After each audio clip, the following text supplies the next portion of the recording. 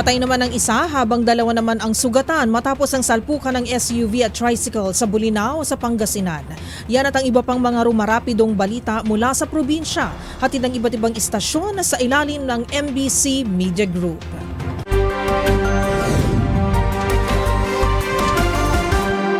Patay ang isang ginang habang sugatan naman ang mister nito at anak nilang minor de edad ng aksidenteng mabangga ng isang SUV ang kanilang tricycle na sinasakyan sa Bolinao, Pangasinan. Sa ulat ni OIC Chief of Police Lieutenant Colonel Wilmer Pagaduan, nagmamaneho sa National Highway ng Barangay Kulang, Bolinao si Albert Espadon, 42 anyos, kasama ang misis na si Cheryl Antiquera Espadon at minor de edad nilang anak, pawang residente ng Barangay Luna, Bolinao, nang biglang masalpok sila ng kasalubong na SUV na minamaneho ni Gilbert Camba, 56 anyos at residente ng Barangay Luna, Bolinao. Sa investigasyon, napag-alaman na nag-overtake ang SUV sa sinusundang bus at pumasok ito sa linya ng tricycle at aksidente silang nagkabanggaan, kung saan nagtamo ng malubhang sugat sa katawan si Mrs. Espadon na nadala pa sa ospital ng MDRRMO ang mga biktima, subalit idineklarang dead on arrival na ng attending physician si Cheryl habang nagpapagaling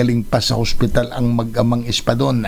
Sa ngayon ay nasa kustodiya ng Bolinao Police Station ang SUV driver para sa kaukulang disposisyon.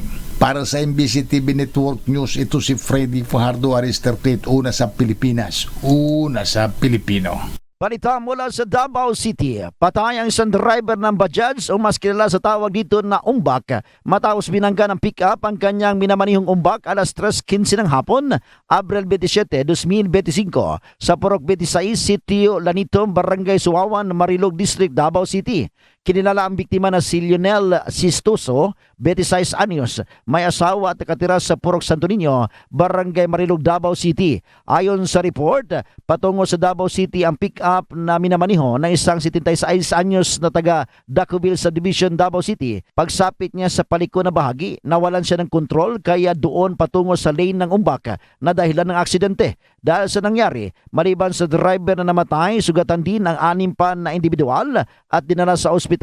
Sa ngayon, maharap ang pick-up driver sa kasong reckless imprudence resulting in homicide and multiple physical injuries and damage to property. Para sa MBC TV Network News, ito si June Suter, una sa Pilipinas, una sa Pilipino. Sugatan ng isang sibilyan sa nangyaring inkwentro kahapon, Abril 27 sa Barangay Tapi, lungsod ng Kabangkalan, Negros Occidental. Ang biktima kinilala na si Marcelo Acuita, residente ng nasabing lugar. Ayon kay Colonel Erwin Romel Lamson, spokesperson ng 3rd Infantry Division ng Philippine Army, na sugatan si Acuita sa nangyaring bakbakan na ikinasawi ng umano'y commander ng New People's Army na si Reniel Locsin Silio alias Kumpol at 6 pang ibang mga miyembro ng New People's Army o NPA.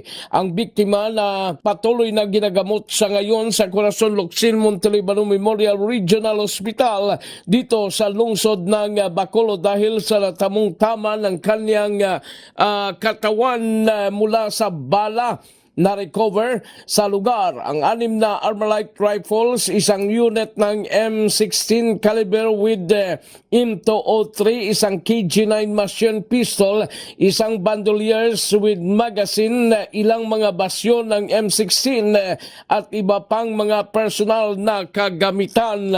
Para sa MBC TV Network News, ito si RH46 Rex Cantong para sa DZRH, una sa Pilipinas, una sa Pilipino.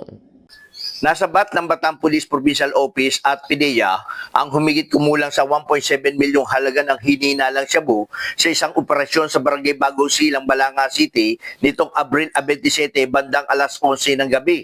Naaresto ang isang 28 anyos na estudyante na may kursong BSBA na itinuturing na high-value individual matapos masamsam ang malaking halaga ng droga sa ikinasang bypass operation. Nakuha sa suspect ang tinatayang 250 gramo ng shabu at mark money. Siya ngayon ay nasa kustudiya ng Balanga City Police Station at naharap sa kasong paglabag sa Republic Act 9165 o ang Comprehensive Dangerous Drug Act of 2002. Ayon kay Bataan Provincial Director Colonel Martis A. Salvadora, sinabi umano na suspect na sa Maynila ito kumukuha ng droga, subalit hindi nito binanggit ang eksaktong lugar. Isang beses itong lumuluwas sa loob ng 1 linggo para mag-angkat ng droga na ibinebenta sa Bataan. Samantala, patuloy din ang panawagan ng pulisya sa publiko na makiisa ang lahat laban para sa isang ligtas at drug-free na lalawigan. Para sa MBC TV Network News, Danny Kubilang, RH37, una sa Pilipinas, una sa Pilipino.